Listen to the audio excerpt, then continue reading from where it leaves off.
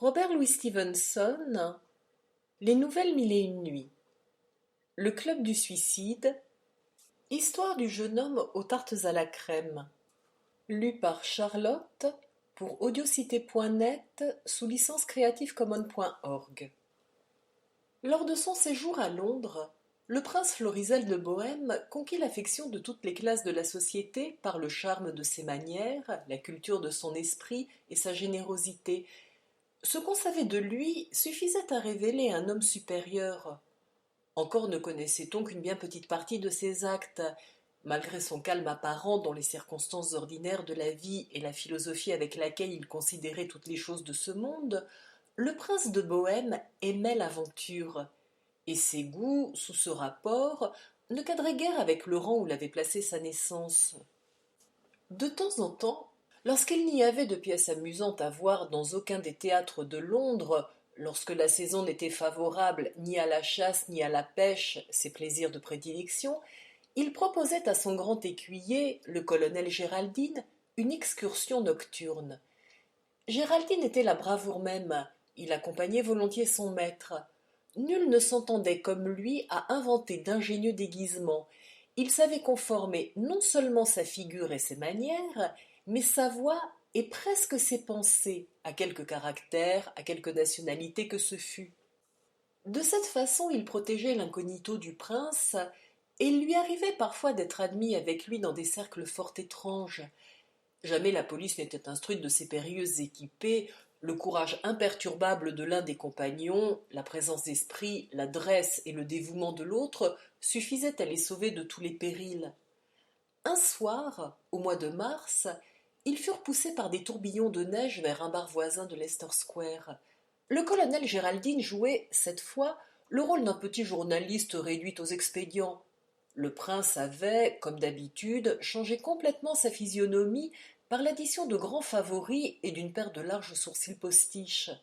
Ainsi défiguré, il pouvait, quelque connu qu'il fût, défier les gens de soupçonner son identité. Les deux compagnons savouraient donc, à petits coups, un mélange d'eau de sels et de rhum dans une entière sécurité. Le bar était rempli de buveurs, hommes et femmes.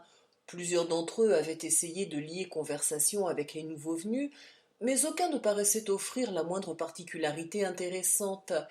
Il n'y avait là rien que la lie de la société sous son aspect le plus vulgaire. Le prince commençait déjà à bâiller et à se dégoûter de son excursion, lorsque les portes battantes du bar furent poussées avec violence. Un jeune homme entra, suivi de deux commissionnaires. Chacun de ceux-ci portait un grand plat fermé par un couvercle qu'ils enlevèrent, découvrant des tartes à la crème. Alors, le jeune homme fit le tour de la salle, en pressant les personnes présentes d'accepter ses friandises. Il y mettait une courtoisie exagérée. Parfois, ses offres étaient agréées en riant, d'autres fois elles étaient repoussées avec dédain ou même avec insolence. Alors, cet original mangeait lui-même la tarte, non sans se livrer à des commentaires humoristiques. Finalement, il alla saluer jusqu'à terre le prince Florizel. Monsieur, dit-il, en tenant une tarte entre le pouce et l'index, ferez-vous cet honneur à un étranger? Je peux répondre de la qualité de la pâte, ayant mangé à moi tout seul 27 de ces tartes depuis 5 heures. J'ai l'habitude, répliqua le prince, de considérer moins la nature du don que la disposition d'esprit dans laquelle il est offert. Mon esprit, monsieur, répondit le jeune homme avec un nouveau salut, est un esprit de moquerie. En vérité, monsieur? Et de qui vous moquez-vous? Mon Dieu, je ne suis pas ici pour exposer ma philosophie, mais pour distribuer des gâteaux. Si je dis que je me comprends volontiers parmi les plus ridicules, vous voudrez bien peut-être vous montrer indulgent. Sinon vous allez me contraindre à manger ma 28e tarte. J'avoue que cet exercice commence à me fatiguer. Vous me touchez, dit le prince, et j'ai toute la volonté du monde à vous être agréable, mais à une condition.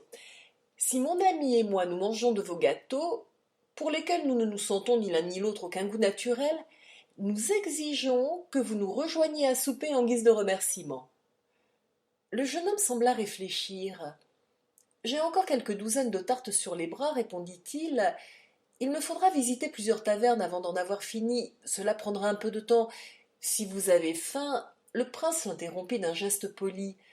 Nous allons vous accompagner, monsieur, car nous prenons le plus vif intérêt à cette manière divertissante que vous avez de passer la soirée. Et maintenant que les préliminaires de la paix sont réglés, permettez-moi de signer le traité pour nous deux. Et le prince avala de bonne grâce une tarte à la crème. C'est délicieux, déclara-t-il. Je vois, répliqua le jeune homme, que vous êtes connaisseur. Le colonel Géraldine fit, lui aussi, honneur à la pâtisserie. Et, comme chacun dans ce cabaret avait maintenant accepté ou refusé les offres du jeune homme, celui-ci dirigea ses pas vers un autre établissement de même espèce. Les commissionnaires, qui semblaient habitués à leur absurde emploi, marchaient sur ses talons. Le prince et le colonel, se donnant le bras, formaient l'arrière-garde en riant tout bas.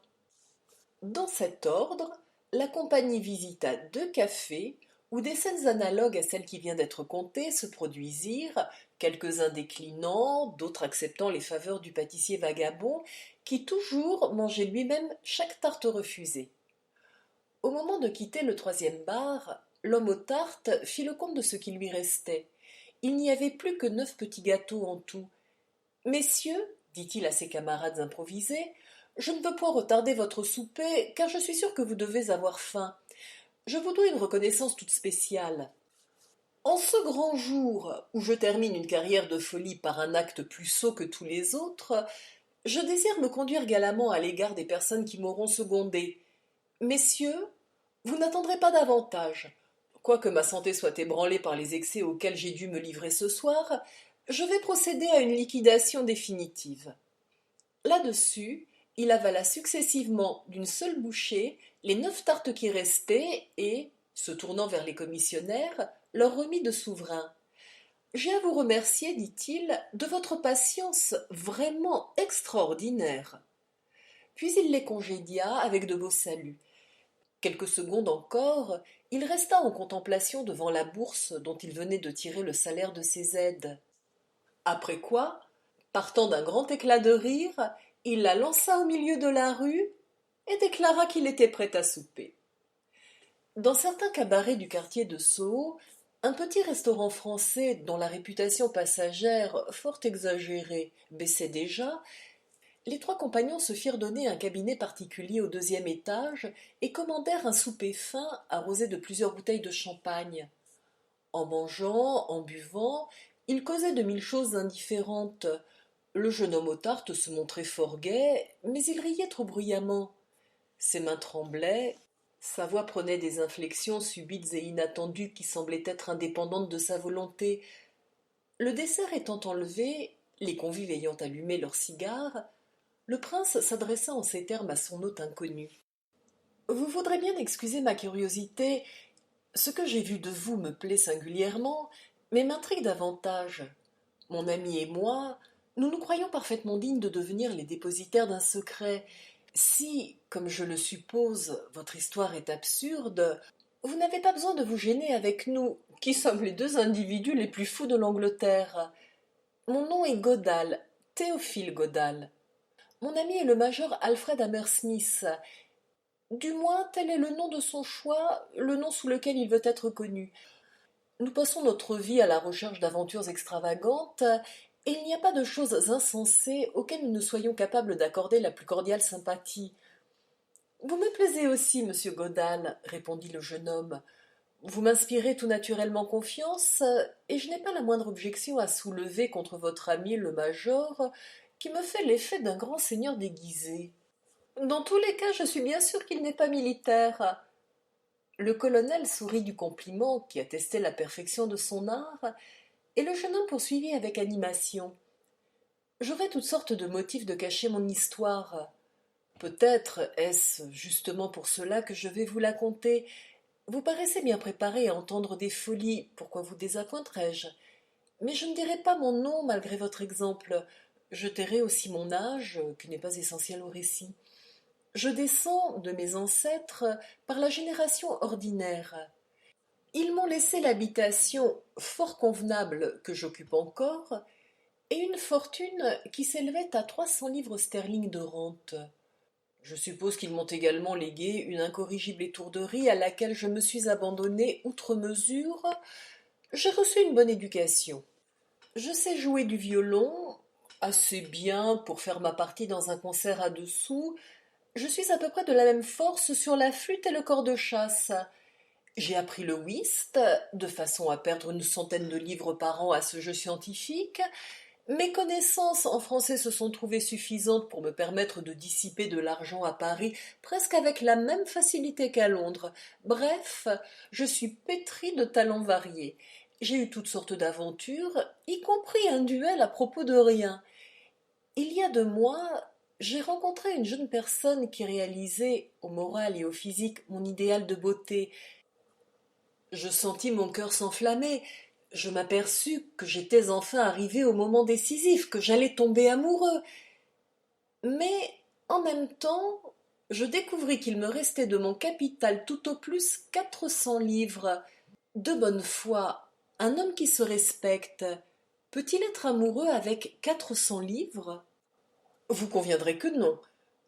J'ai donc fui la présence de l'enchanteresse, et, ayant légèrement accéléré le cours de mes dépenses, j'arrivai à n'avoir plus ce matin que 80 livres. Cette somme, je la divisai en 2 parties égales. Je réservai 40 livres pour un but particulier. Je résolus de dépenser le reste avant la nuit. J'ai passé une journée charmante, et j'ai fait beaucoup de bonnes plaisanteries, outre celle des tartes à la crème, qui m'a procuré l'avantage de votre connaissance. Car j'avais pris la détermination, comme je vous l'ai dit, de conduire ma folle carrière à une conclusion encore plus folle. Et lorsque vous me vîtes lancer ma bourse dans la rue, les 40 livres étaient épuisés. Maintenant, vous me connaissez aussi bien que je me connais moi-même. Oui, je suis fou, mais un fou dont la folie ne manque pas de fond et qui n'est, je vous prie de le croire, ni pleurnicheur ni lâche. Le ton qu'avait pris le jeune homme indiquait assez qu'il nourrissait beaucoup d'amertume et de mépris contre lui-même. Ses auditeurs n'hésitèrent pas à penser que son affaire d'amour lui tenait au cœur puisqu'il ne voulait l'admettre, et qu'il avait l'intention sinistre d'en finir avec la vie. Eh bien, n'est-ce pas étrange, dit Géraldine en regardant le prince Florizel, n'est-ce pas étrange que nous soyons là 3 individus, à peu près dans les mêmes conditions, réunis par l'effet du hasard dans un désert aussi grand que Londres? Comment? S'écria le jeune homme. Êtes-vous donc ruiné, vous aussi? Ce souper serait-il une folie, comme mes tartes à la crème? Le diable aurait-il rassemblé 3 des siens pour une dernière débauche? Le diable peut faire parfois des choses fort aimables, répondit le prince, et je suis si charmé de cette coïncidence que, quoique nous ne soyons pas absolument dans le même cas, je m'en vais mettre fin à cette inégalité. Que votre conduite héroïque envers les dernières tartes à la crème me serve d'exemple. En parlant, Florizel tira sa bourse et y prit un petit paquet de billets de banque. Vous voyez, je suis en avance sur vous de 8 jours environ. Mais je puis me rattraper et me rapprocher de plus en plus du poteau fatal. Celui-ci, continua-t-il en posant un de ses billets sur la table, suffira pour la note. Quant au reste, il jeta la liasse dans le feu, où elle disparut en flambant. Le jeune homme avait essayé de saisir le prince par le bras, mais, comme une table les séparait, son intervention arriva trop tard. Malheureux, s'écria-t-il, vous n'auriez pas dû les brûler tous. Il fallait garder 40 livres. 40 livres? Répéta le prince. Pourquoi, au nom du ciel, 40 livres? Pourquoi pas 80? S'écria le colonel. Il devait y en avoir une centaine dans le paquet. 40 livres suffisent, dit le jeune homme tristement, car sans cela, il n'y a pas d'admission possible. La règle est absolue. 40 livres pour chacun. Vie damnée que la nôtre. Un homme ne peut même pas mourir sans argent. Le prince et le colonel échangèrent un coup d'œil. Expliquez-vous, dit le dernier. J'ai encore un portefeuille passablement garni, et je n'ai pas besoin de dire que je suis prêt à partager ma fortune avec Godal. Mais je désire savoir à quelle fin. Que pensez-vous donc faire? Le jeune homme promenait des regards inquiets de l'un à l'autre, comme au sortir d'un rêve. Il rougit violemment. Ne suis-je pas votre dupe? Demanda-t-il. Êtes-vous tous 2 bons des gens ruinés? Je le suis pour ma part autant qu'on peut l'être, répliqua le colonel. Et quant à moi, dit le prince, je vous en ai donné la preuve, je reste sans le sou. Qui donc aurait jeté ses billets au feu, sauf un homme ruiné? L'action parle d'elle-même. Un homme ruiné, oui, répondit l'autre d'un air de soupçon, ou bien un millionnaire. Assez, monsieur, dit le prince. J'ai dit, et je n'ai pas l'habitude qu'on doute de ma parole. Ruiné? Répéta le jeune homme. Êtes-vous vraiment mes pareils? Arrivé après une vie d'abandon à une situation telle que vous n'ayez plus qu'une issue? Allez-vous donc, il baissait la voix à mesure qu'il parlait, allez-vous donc vous donner ce dernier luxe? Comptez-vous fuir les conséquences de vos désordres par la seule voie infaillible et facile?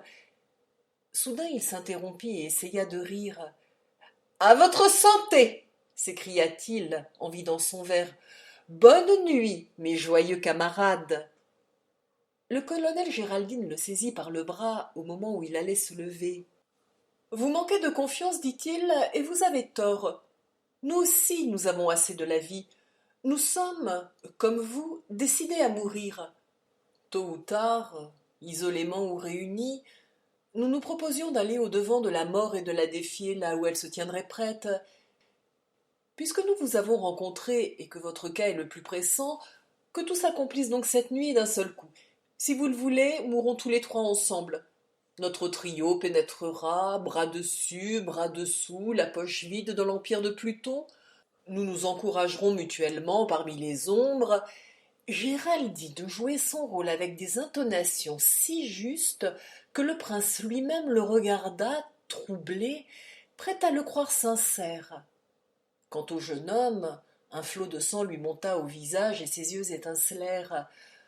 Bon, vous êtes des camarades comme il m'en faut, s'écria-t-il avec une gaieté presque effrayante. Top là et que le marché soit conclu. Sa main était glacée. Vous ne savez pas en quelle compagnie vous allez commencer votre course. Vous ne savez pas dans quel moment propice vous avez pris votre part de mes tartes à la crème. Je ne suis qu'une unité, mais une unité dans une armée. Je connais la porte dérobée de la mort. Je suis un de ses intimes et je peux vous conduire jusque dans l'éternité sans cérémonie. Sans scandale pourtant. Ils l'engagèrent de rechef à expliquer ce qu'il voulait dire. Messieurs, pouvez-vous réunir 80 livres entre vous? Géraldine consulta son portefeuille avec ostentation et répliqua affirmativement. Gaillard favorisé que vous êtes, 40 livres, c'est le prix d'entrée dans le club du suicide. Le club du suicide? Répéta Florizel. Que diable est-ce que cela? Écoutez, dit l'inconnu, ce siècle est celui du progrès, et j'ai à vous révéler le progrès suprême. Des intérêts d'argent et autres appelant les hommes à la hâte dans différents endroits, on inventa les chemins de fer. Puis, les chemins de fer nous séparant de nos amis, il fallut créer les télégraphes, qui permettent de communiquer promptement à travers de grands espaces. Dans les hôtels même, nous avons aujourd'hui des ascenseurs qui nous épargnent une escalade de quelques centaines de marches. Maintenant, nous savons bien que cette vie n'est qu'une estrade, faite pour y jouer le rôle de fou tant que la partie nous amuse. Une commodité de plus manquait au confort moderne, une voie décente et facile pour quitter cette estrade, l'escalier de derrière menant à la liberté, ou bien, comme je viens de vous le dire, la porte dérobée de la mort. Le club du suicide y supplée. N'allez pas supposer que, vous et moi, nous soyons seuls à professer un désir essentiellement légitime. Bon nombre de nos semblables ne sont arrêtés dans leur fuite que par certaines considérations. Les uns ont une famille qui serait cruellement frappée ou même accusée. D'autres manquent de courage, les préparatifs de la mort leur font horreur. C'est mon cas. Je ne peux ni approcher un pistolet de ma tête, ni presser la détente. Quelque chose m'en empêche. Quoique j'aie le dégoût de la vie, je n'ai pas assez de force pour en finir.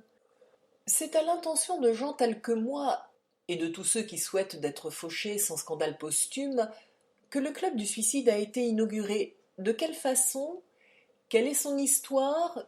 Quelles peuvent être ses ramifications dans d'autres pays? je l'ignore, et ce que je connais de sa constitution, je n'ai pas le droit de vous le communiquer. Pour abréger, je suis à votre service. Si vous êtes vraiment là de vivre, je vais vous introduire dans une réunion, et avant la fin de la semaine, sinon cette nuit même, vous serez débarrassé du fardeau de l'existence. Maintenant, le jeune homme consulta sa montre, il est 11 heures.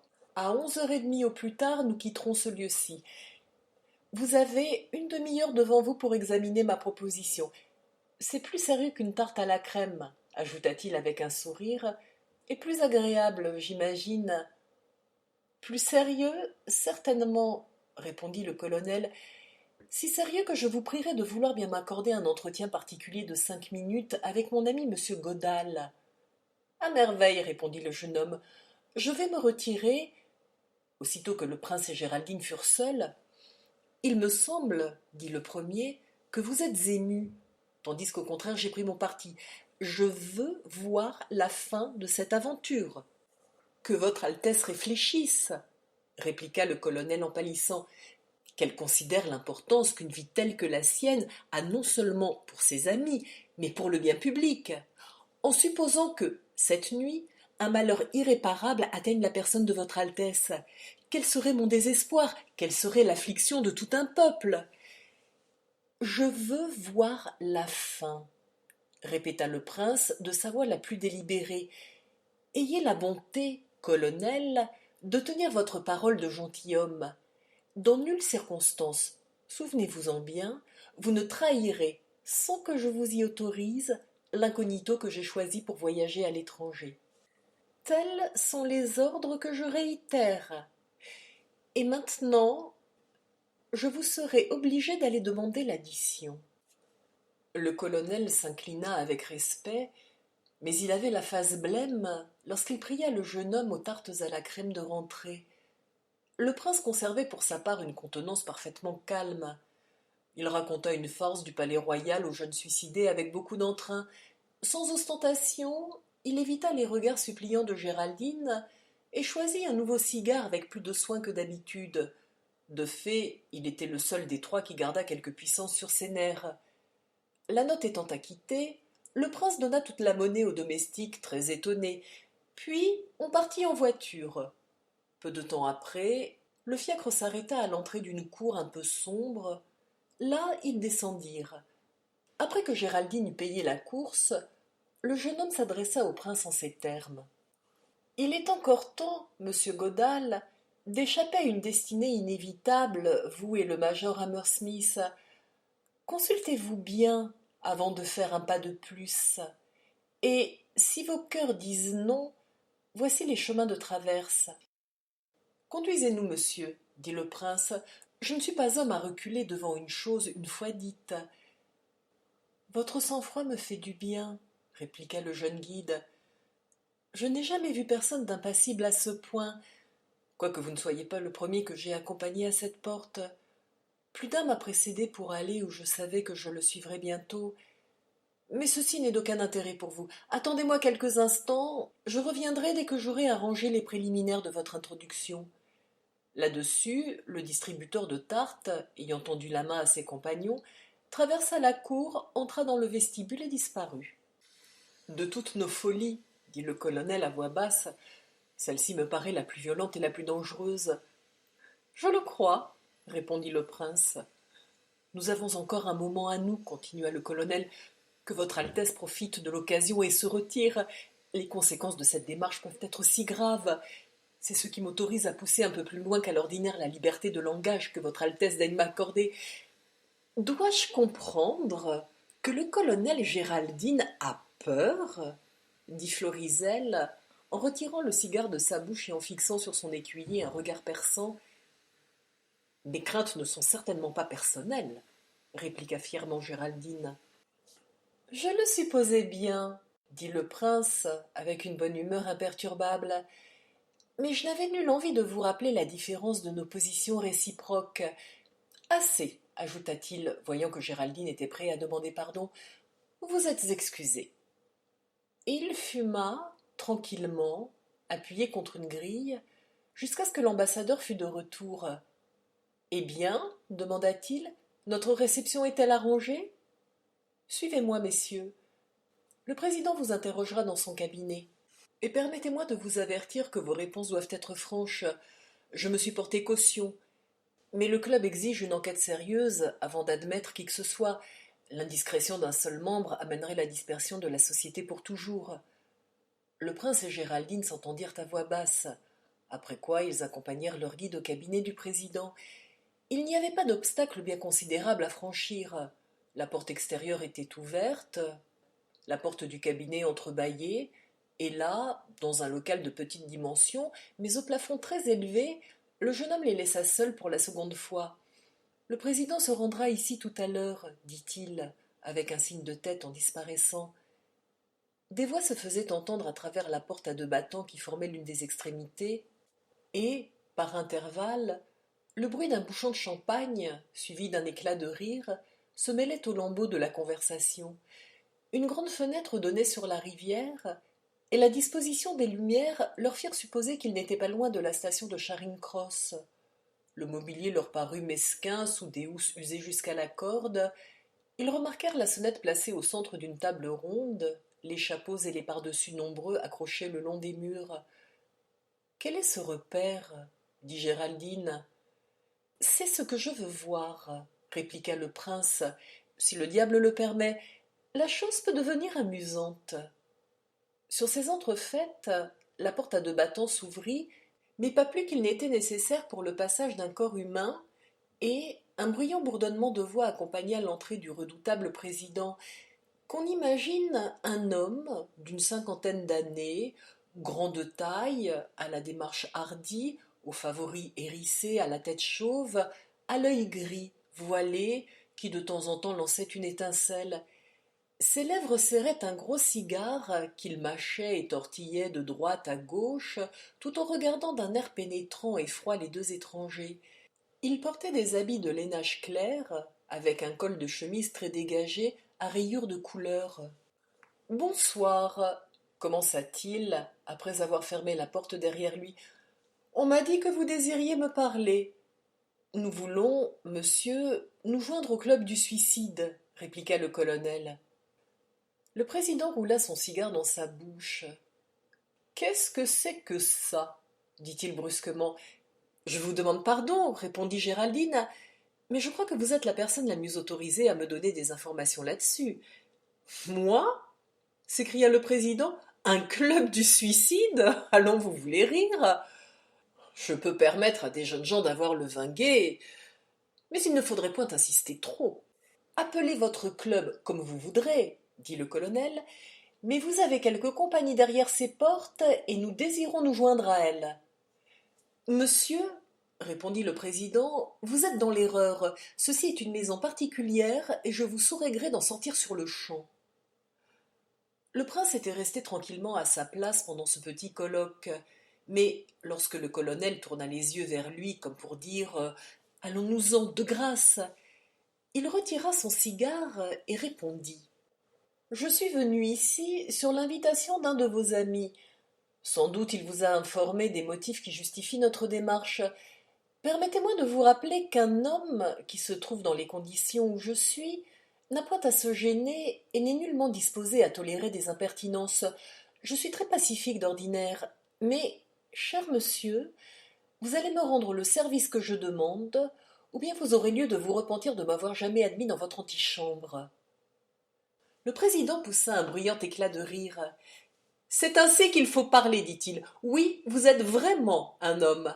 Vous connaissez le chemin de mon cœur, et vous pouvez faire de moi tout ce qu'il vous plaira. Voudriez-vous, continua-t-il en s'adressant à Géraldine, vous éloigner un instant? J'en finirai d'abord avec votre compagnon. Certaines formalités du club doivent être remplies secrètement. À ces mots, il ouvrit la porte d'un petit cabinet dans lequel il enferma le colonel. J'ai foi en vous, dit-il à Florizel, aussitôt qu'ils furent seuls. Mais êtes-vous sûr de votre ami? Pas aussi sûr que je le suis de moi-même. Assez cependant pour que j'aie pu l'amener ici sans inquiétude. Les raisons qui lui font désirer d'entrer dans votre club sont encore plus puissantes que les miennes. L'autre jour, il s'est laissé prendre trichant aux cartes.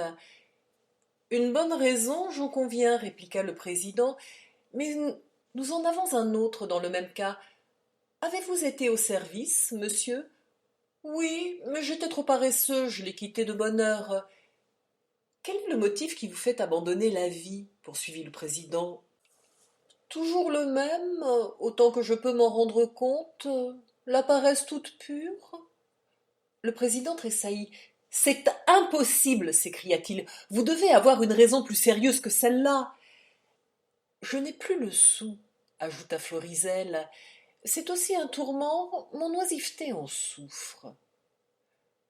Le président tourmenta son cigare pendant quelques secondes, en regardant droit dans les yeux ce néophyte extraordinaire. Mais le prince supporta son examen avec un sang-froid imperturbable. Si je n'avais une si grande expérience, dit à la fin le président, je vous renverrais. Mais je connais le monde. Il arrive qu'en matière de suicide, les causes les plus frivoles sont souvent les plus irrésistibles. Et lorsqu'un homme me plaît, comme vous me plaisez, monsieur, je presse la conclusion plutôt que je ne la retarde. Le prince et le colonel furent soumis à un interrogatoire long et particulier, le prince seul d'abord, puis Géraldine en présence de ce dernier, de sorte que le président pouvait observer la contenance de l'un tout en écoutant les réponses de l'autre. Le résultat fut satisfaisant, et le président, après avoir enregistré quelques détails sur un carnet, leur proposa de prêter serment. On ne saurait imaginer de formule plus absolue de l'obéissance passive, rien de plus rigoureux que les termes par lesquels le récipiendaire se liait pour toujours. Florizel signa le document, mais non sans horreur. Le colonel suivit son exemple d'un air accablé. Alors, le président ayant reçu la somme fixée pour l'entrée, introduisit sans plus de difficulté les deux amis dans le fumoir du club. Ce fumoir était de la même hauteur que le cabinet dans lequel il donnait, mais bien plus grand et garni d'une imitation de boiserie de chêne. Un grand feu et un certain nombre de becs de gaz éclairaient la compagnie. Le prince compta 18 personnes. La plupart fumaient et buvaient. Une gaieté fiévreuse régnait partout, entrecoupée de silences subits et quelque peu sinistres. Est-ce un grand jour? Demanda le prince. Moyen, répondit le président. Par parenthèse, si vous avez quelque argent, il est d'usage d'offrir du champagne. Cela soutient la bonne humeur et constitue un de mes petits profits. Hammersmith, dit Florizel, occupez-vous du champagne. Puis il fit le tour du cercle, en abordant celui-ci, celui-là. Son usage évident du meilleur monde, sa grâce et sa politesse, avec un mélange imperceptible d'autorité, imposèrent très vite à cette assemblée macabre et la séduisirent malgré elle. En même temps, il ouvrait les yeux et les oreilles. Bientôt, il commença à se faire une idée générale du monde au milieu duquel il se trouvait. Les jeunes gens formaient une majorité considérable. Ils avaient les apparences de l'intelligence et de la sensibilité plutôt que de l'énergie. Si quelques-uns dépassaient la trentaine, plusieurs étaient âgés de moins de 20 ans. Ils se tenaient, appuyés contre les tables, changeant sans cesse de maintien. Tantôt ils fumaient très fort, et tantôt ils laissaient s'éteindre leurs cigares. Quelques-uns s'exprimaient bien, mais la loquacité du grand nombre n'était évidemment que le résultat d'une excitation nerveuse, avec absence complète d'esprit et de bon sens. Chaque fois qu'une bouteille de champagne était débouchée, la gaieté augmentait d'une façon manifeste. Il n'y avait que deux hommes assis. L'un, près de la fenêtre, les mains plongées dans les poches de son pantalon et la tête basse, mortellement pâle, la sueur au front, ne proférait pas un mot. On eût dit une véritable ruine d'âme et de corps. L'autre, sur un sofa qui le séparait de la cheminée, différait étrangement de tout le reste de la compagnie. Peut-être n'avait-il guère que 40 ans, mais on lui en eût donné 10 de plus. Florizel pensa qu'il n'avait jamais vu un être plus hideux, plus ravagé par la maladie et les excès. Il n'avait que la peau et les os, était en partie paralysé, et portait des lunettes d'une puissance si extraordinaire que ses yeux paraissaient à travers singulièrement grossis et déformés. Excepté le prince et le président, Il était dans ce salon l'unique personne qui conservât le calme de la vie ordinaire. Les membres du Suicide Club ne se piquaient pas d'une tenue très décente. Quelques-uns tiraient vanité des actions déshonorantes qui les avaient amenés à chercher un refuge dans la mort. On écoutait, sans témoigner de désapprobation. Il y avait un accord tacite contre les arrêts de la morale, et quiconque franchissait le seuil du club jouissait déjà de quelques-unes des immunités de la tombe. Ils burent à la mémoire les uns des autres, et à celle des suicidés remarquables du passé.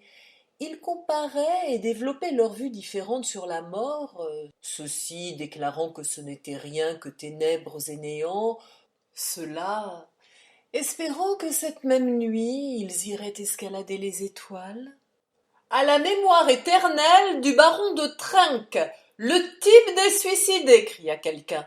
Il passa d'une petite cellule dans une plus petite afin d'atteindre enfin à la liberté.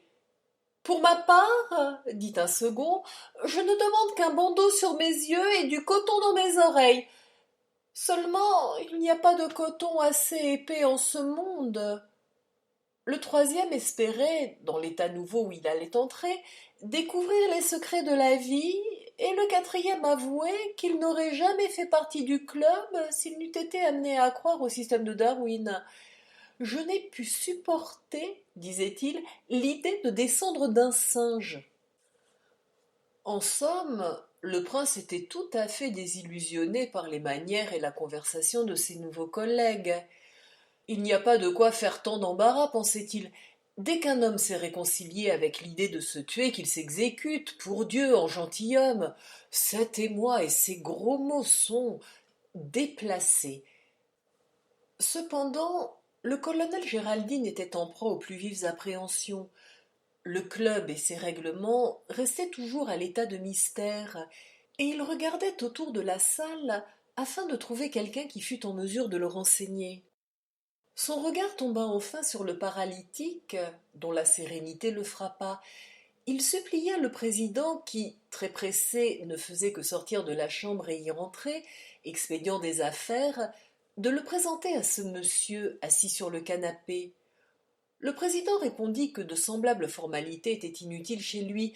Néanmoins, il présenta monsieur Hammersmith à monsieur Malthus. Monsieur Malthus regarda le colonel avec curiosité et le pria de prendre place à sa droite. Vous êtes un nouveau venu, dit-il, et si vous désirez des renseignements, eh bien, vous vous adressez à la bonne source. Il y a 2 ans que j'ai fait ma première visite à ce club enchanteur. Le colonel respira. Si monsieur Malthus avait fréquenté ce lieu pendant 2 ans, le prince pouvait ne courir aucun danger durant une seule soirée. Comment? S'écria-t-il, 2 ans? De quelle mystification suis-je donc le jouet? D'aucune, répliqua monsieur Malthus avec douceur. Mon cas est singulier. Je ne suis pas du tout, à proprement parler, un suicidé, mais un membre honoraire, pour ainsi dire. Je ne visite guère le club que 2 fois par mois. Mon infirmité et la condescendance du président m'ont procuré ce privilège, que d'ailleurs je paye assez cher. Je vous prierai, dit le colonel, de vouloir bien être plus explicite. Rappelez-vous que je ne suis encore que très imparfaitement familier avec les statuts de l'endroit. Un membre ordinaire, tel que vous, lancé à la recherche de la mort, revient ici tous les soirs jusqu'à ce que la chance le favorise, répliqua le paralytique. S'il est sans le sou, il peut même être logé et nourri par le président. Pas de luxe, mais le nécessaire. On ne saurait faire davantage vu la modicité de la souscription. D'ailleurs, la seule société du président est par elle-même un très vif agrément. En vérité, s'écria Géraldine, je ne l'aurais pas cru. Ah, c'est que vous ne connaissez pas l'homme. L'esprit le plus drôle, des histoires, un cynisme. Il sait la vie sur le bout des doigts, et entre nous, c'est le coquin le plus corrompu de toute la chrétienté. Est-il, lui aussi, membre permanent, comme vous-même? Si je puis poser cette question sans vous offenser. Il est permanent dans un sens bien différent, répliqua monsieur Malthus. J'ai été gracieusement épargné jusqu'ici, mais enfin, tôt ou tard, je dois partir. Lui ne joue jamais. Il mêle et donne les cartes et fait les arrangements nécessaires. Cet homme, monsieur Hammersmith, est l'adresse même. Depuis 3 ans, il poursuit à Londres son utile profession que je pourrais appeler un art, et jamais l'ombre d'un soupçon ne s'est élevée contre lui. Moi-même, je le crois inspiré. Sans doute, vous rappelez-vous ce cas célèbre, il y a 6 mois, d'un gentleman accidentellement empoisonné dans une pharmacie. Et ce ne fut encore qu'une de ses inventions les moins riches. Mais comme c'était simple, et comme il est sorti sauf de l'aventure. Vous m'étonnez, dit le colonel. Ce malheureux était-il une des... Il allait dire victimes, mais il se reprit à temps. Un des membres du club? En même temps, il se rappela que M. Malthus lui-même n'avait pas paru ambitieux de mourir pour son propre compte. Il ajouta avec empressement: Mais je m'aperçois que je suis encore dans l'obscurité. Vous parliez de mêler et de donner les cartes. Dans quel but? Puisque vous avez l'air plutôt mal disposé à mourir qu'autrement, je dois avouer que je ne puis concevoir ce qui vous amène ici. Vous dites vrai, vous êtes dans les ténèbres, répliqua M. Malthus avec plus d'animation.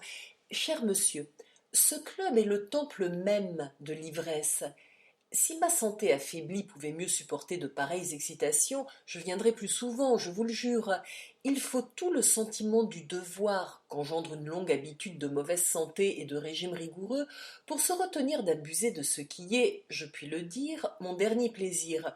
Je les ai épuisés tous, monsieur, continua-t-il en posant sa main sur le bras de Géraldine, tous, sans exception, et je vous déclare, sur mon honneur, qu'il n'y en a pas un dont le prix n'ait été grossièrement exagéré.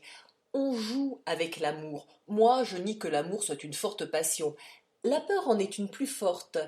C'est avec la peur qu'il faut badiner si l'on veut goûter les joies intenses de la vie.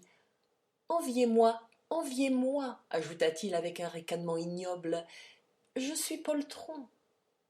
Géraldine ne parvint à dissimuler son dégoût qu'avec peine, mais il prit sur soi et poursuivit l'interrogatoire. Comment cette excitation peut-elle être si habilement prolongée? Il y a donc quelque élément d'incertitude?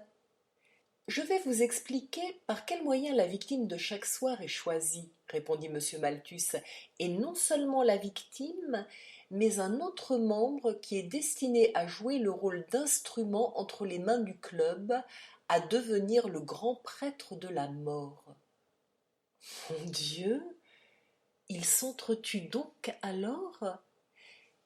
Le tourment du suicide est supprimé de cette manière, dit Malthus avec un signe de tête. Miséricorde! S'écria le colonel. Et pouvez-vous, puis-je, peut-il, mon ami, je veux dire, quelqu'un de nous peut-il être condamné ce soir à devenir le meurtrier du corps et de l'âme d'un autre être? Des choses semblables sont-elles possibles entre hommes nés de la femme? Oh! Infamie des infamies!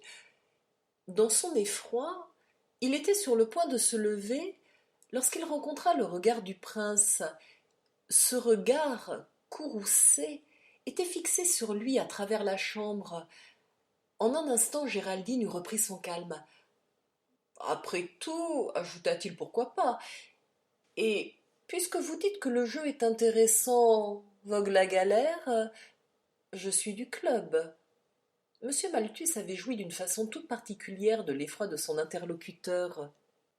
Après un premier moment de surprise, vous êtes, je le vois, en état d'apprécier les délices de notre société, monsieur. Elle réunit les émotions de la table de jeu, celles du duel et celles d'un amphithéâtre romain. Les païens étaient allés assez loin déjà, certes, et j'admire les raffinements de leur imagination en pareille matière, mais il était réservé à un pays chrétien d'atteindre cet extrême degré, cette quintessence, cet absolu du plaisir poignant. Vous comprenez combien tous les amusements doivent paraître fades à l'homme qui a pris le goût de celui-ci. La partie que nous jouons continua-t-il, est d'une extrême simplicité. Un jeu complet. Mais venez donc. Vous êtes à même de voir la chose par vos propres yeux. Voulez-vous me prêter l'appui de votre bras? Malheureusement, je suis paralysée. En effet, tandis que M. Malthus commençait sa description, une autre porte à deux battants s'était ouverte. Le club entier se mit à défiler, non sans quelque hâte, dans la pièce voisine. Elle était en tout semblable à celle que l'on venait de quitter, mais un peu différemment meublée. Le centre en était occupé par une longue table à tapis vert, devant laquelle le président était assis. Il mêlait un jeu de cartes avec beaucoup de soin.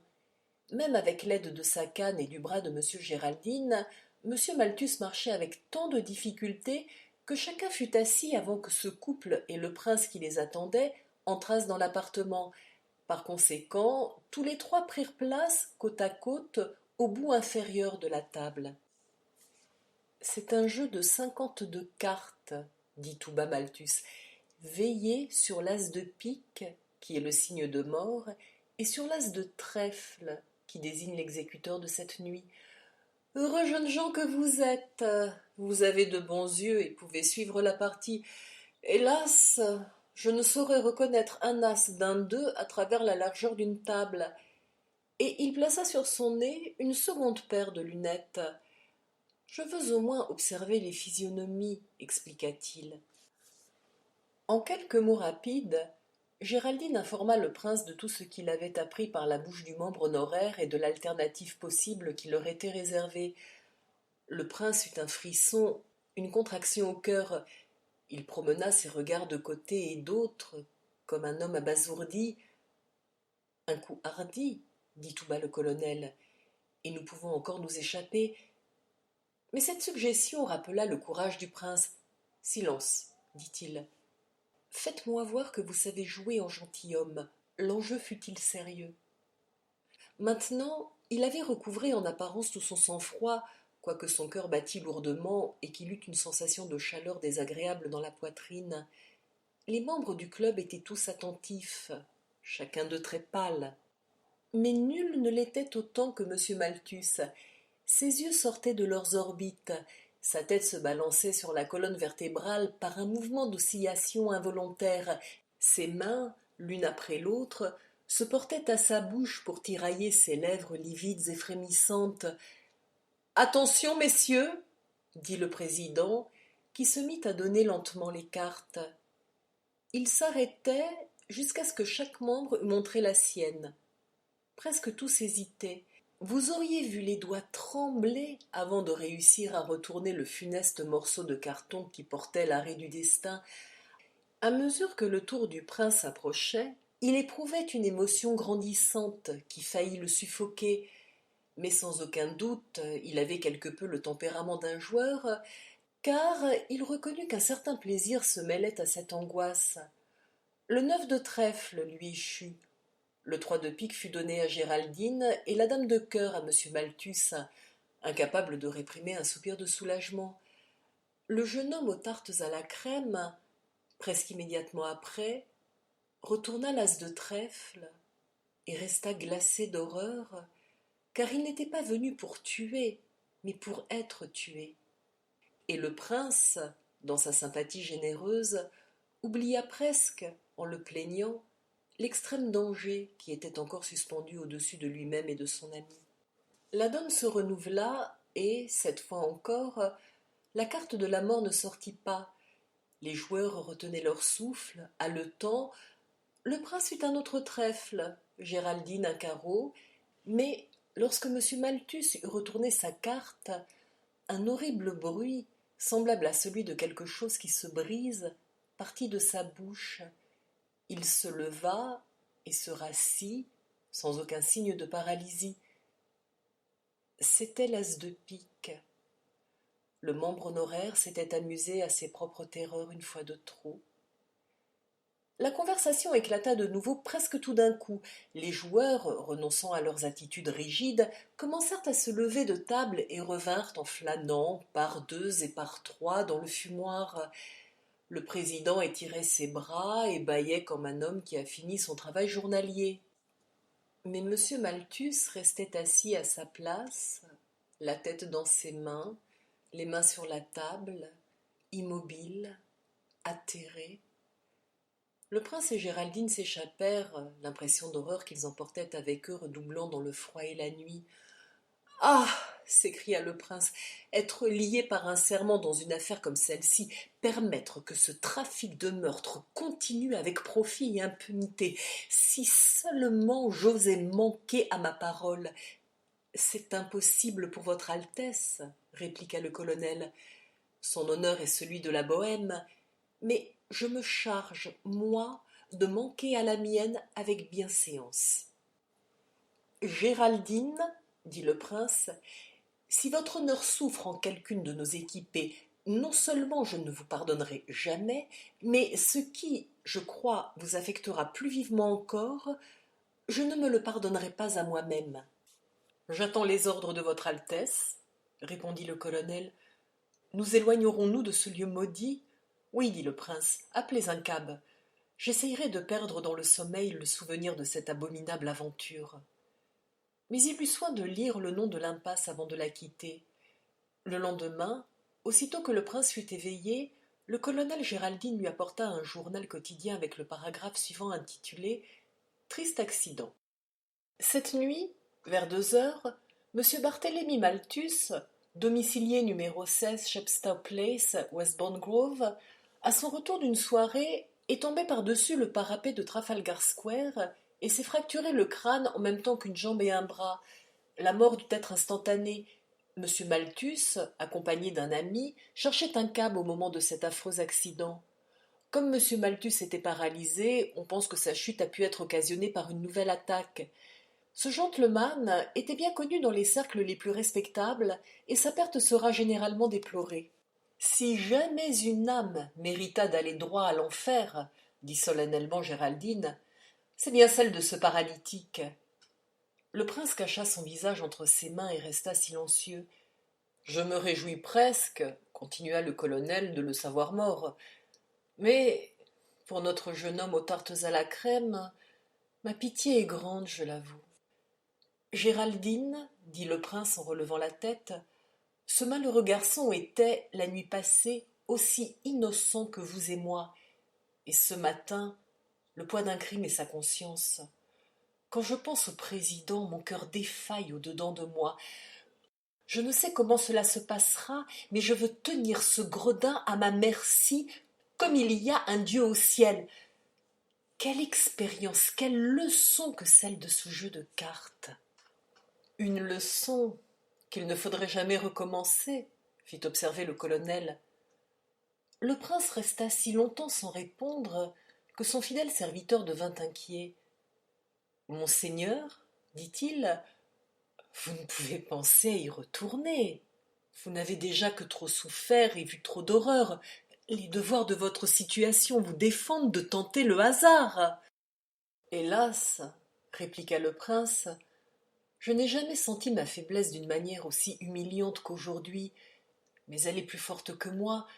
Puis-je cesser de m'intéresser au sort du malheureux jeune homme qui a soupé avec nous il y a quelques heures? Puis-je laisser le président poursuivre sa carrière d'infamie sans la surveiller? Puis-je commencer une aventure aussi entraînante sans la continuer jusqu'à la fin? Non, Géraldine, vous demandez au prince plus que l'homme n'est capable d'accomplir. Cette nuit, encore une fois, nous irons prendre place à la table de ce club du suicide. Le colonel tomba sur ses 2 genoux. « Mon prince veut-il m'ôter la vie ?» s'écria-t-il. « Elle est à lui, mais qu'il n'exige pas que je la laisse affronter un pareil risque. »« Colonel, » répliqua Florizel avec quelque hauteur, « votre vie vous appartient absolument. Je ne demande que de l'obéissance. Et si celle-ci m'est accordée sans empressement, je ne la demanderai plus. » Le grand écuyer se retrouva sur pied en un clin d'œil et dit simplement « Votre Altesse veut-elle me dispenser de mon service durant l'après-midi ? Je ne puis me hasarder une seconde fois dans cette maison fatale avant d'avoir parfaitement réglé mes affaires. Votre Altesse ne rencontrera plus, je le promets, la moindre opposition de la part du plus dévoué et du plus reconnaissant de ses serviteurs. » Mon cher Géraldine, répondit le prince, je suis toujours au regret lorsque vous m'obligez à me rappeler mon rang.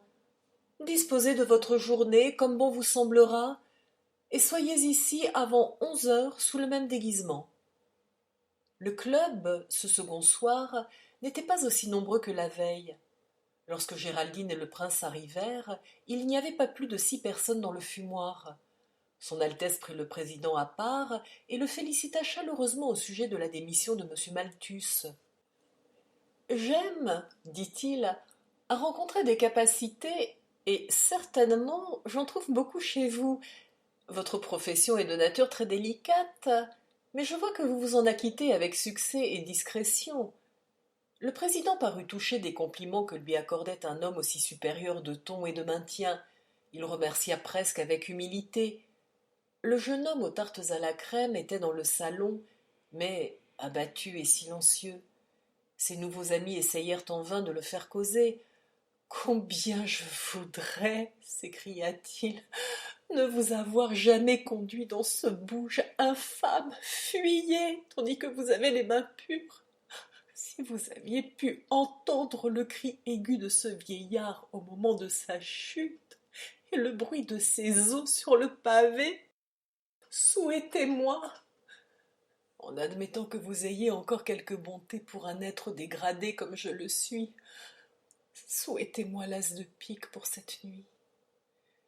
Quelques membres entrèrent dans le courant de la soirée, mais le diable ne put compter qu'une douzaine de joueurs autour du tapis vert.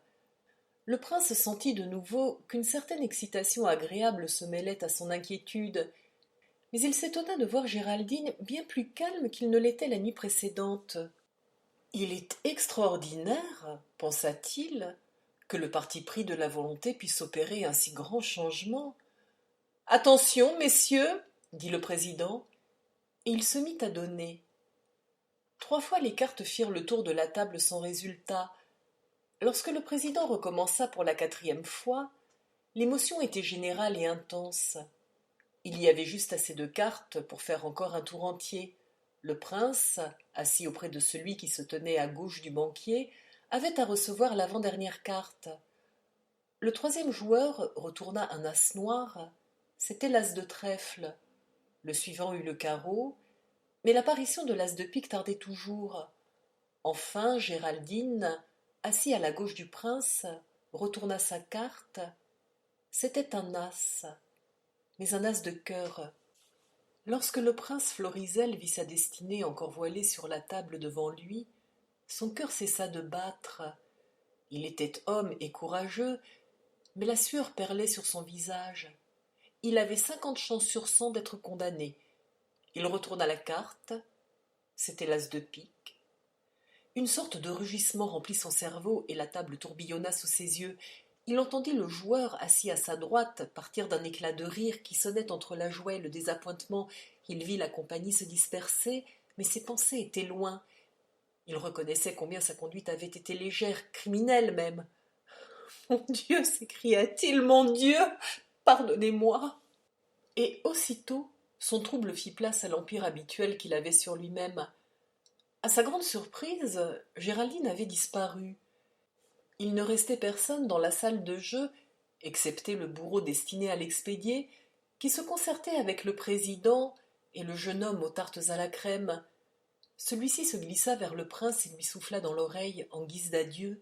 « Je donnerais 1 million, si je le possédais, pour avoir la même chance que vous. » Son Altesse ne put s'empêcher de penser qu'elle aurait vendu volontiers cette chance beaucoup moins chère. La conférence à voix basse était terminée. Le possesseur de l'as de trèfle quitta la chambre avec un signe d'intelligence et, le président, s'approchant de l'infortuné prince, lui tendit la main. « Je suis content de vous avoir rencontré, monsieur, dit-il, et content d'avoir été en état de vous rendre ce petit service. Au moins, vous ne pouvez vous plaindre d'un long retard. À la seconde soirée, quel coup de fortune !» Le prince essaya vainement d'articuler une réponse quelconque, mais sa bouche était sèche et sa langue semblait paralysée. « Vous sentez-vous mal à votre aise ?» demanda le président d'un air de sollicitude. « Cela arrive à beaucoup de ces messieurs. Voulez-vous prendre un peu d'eau-de-vie » Florizel fit un signe affirmatif. Pauvre vieux Malthus, répéta le président, tandis qu'il vidait son verre. Il en a bu près d'un demi-litre qui n'a paru lui faire que peu de bien. Cela agit mieux sur moi, dit le prince. Me voici redevenu moi-même, comme vous voyez. Permettez-moi une question. Où dois-je me rendre? Vous allez suivre le Strand dans la direction de la cité, sur le trottoir de gauche, jusqu'à ce que vous ayez rencontré l'individu qui vient de s'en aller. Il vous donnera ses instructions et vous aurez la bonté de vous y conformer. Il est investi de l'autorité du club pour cette nuit. Et maintenant, ajouta le président, je vous souhaite une promenade agréable. Florizel répondit à ce salut avec une certaine gaucherie. Il traversa le fumoir, où l'ensemble des joueurs restait encore à consommer du champagne qu'il avait commandé et payé en partie, et fut surpris de s'apercevoir qu'il les maudissait du fond de son cœur. Il mit lentement son chapeau, son pardessus, choisit son parapluie dans un coin. L'habitude qu'il avait de ces actes familiers et la pensée qu'il les faisait pour la dernière fois le poussèrent à un éclat de rire qui résonna d'une façon sinistre à ses propres oreilles. Il éprouvait une répugnance à sortir de la maison et se tourna vers la fenêtre. La vue des réverbères qui brillaient dans l'obscurité le rappela au sentiment de la réalité. Allons, allons, il faut être un homme et m'arracher d'ici. Au coin du boxe-court, 3 hommes tombèrent sur le prince Florizel à l'improviste et il fut transporté sans façon dans une voiture qui partit rapidement. Déjà, il s'y trouvait quelqu'un. Votre Altesse me pardonnera-t-elle mon zèle? Dit une voix bien connue. Le prince se jeta au cou du colonel dans l'élan de son soulagement. Comment pourrais-je jamais vous remercier? S'écria-t-il. Et par quel miracle cela s'est-il fait? Quoiqu'il eût accepté sa condamnation, il était trop heureux de céder à cette violence amicale, de retourner une fois de plus à la vie et à l'espérance. Vous pourrez me remercier, effectivement, répliqua le colonel, si vous évitez dans l'avenir de pareils dangers. Tout s'est produit par les moyens les plus simples. J'ai arrangé l'affaire dans l'après-midi. Discrétion a été promise et payée. Vos propres serviteurs étaient principalement engagés dans l'affaire. La maison de Boxecourt fut cernée dès la tombée de la nuit, et cette voiture, l'une des vôtres, attendait depuis 1 heure environ. Et le misérable, voué à m'assassiner, qu'est-il devenu? Demanda le prince. Il a été arrêté au moment où il quittait le club, répliqua le colonel. Maintenant il attend sa sentence au palais, ou bientôt il sera rejoint par ses complices. Géraldine, dit le prince, vous m'avez sauvé, contrairement à mes ordres absolus, et vous avez bien fait. Je vous dois non seulement la vie, mais encore une leçon, et je serais indigne de régner si je ne témoignais de ma gratitude à mon maître. Choisissez votre récompense. Il y eut un silence pendant lequel la voiture continua de rouler à travers les rues. Les 2 hommes étaient plongés chacun dans ses propres pensées. Le silence fut rompu par le colonel.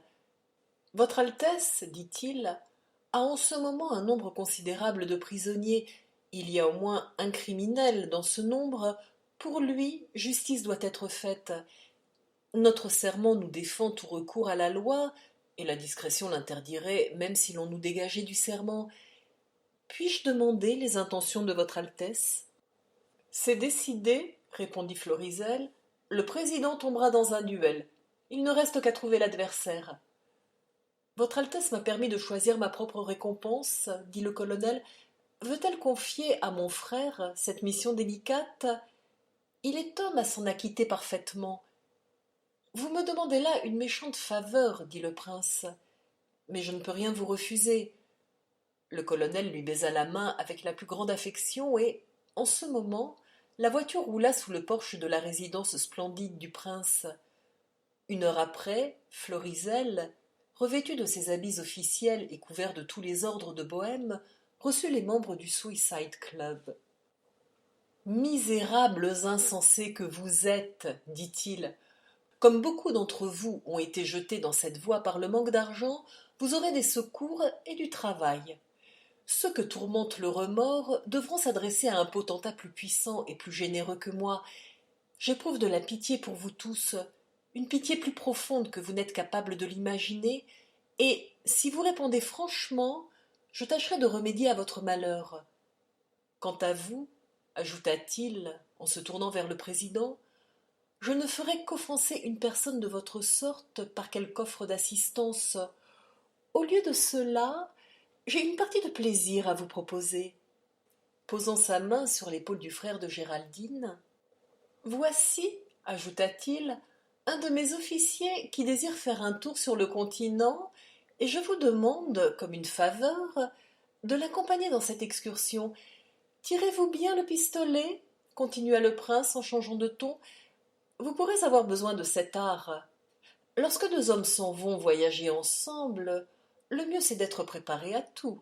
Laissez-moi ajouter que si, par suite de quelque accident, vous perdiez le jeune Géraldine en route, j'aurai toujours un autre des miens à mettre à votre disposition. Je suis connu, monsieur le président, pour avoir la vue longue et le bras long. Par ces paroles, prononcées avec sévérité, il termina son discours. Le lendemain, les membres du club reçurent des preuves de sa munificence, et le président se mit en route sous les auspices du frère de Géraldine, qu'accompagnaient deux laquais de confiance, adroits et bien dressés dans le service du prince. Enfin, des agents discrets occupèrent la maison de Boxcourt. Toutes les lettres, toutes les visites pour le club du suicide devaient être soumises à l'examen du prince Florizel en personne. Ici se termine l'histoire du jeune homme aux tartes à la crème, qui est maintenant un propriétaire aisé de Wigmore Street, Cavendish Square. Je supprime le numéro de la maison pour des raisons évidentes. Ceux qui désireraient connaître la suite des aventures du prince Florizel et de ce scélérat, le président du Suicide Club, n'ont qu'à lire l'histoire d'un médecin et d'une malle,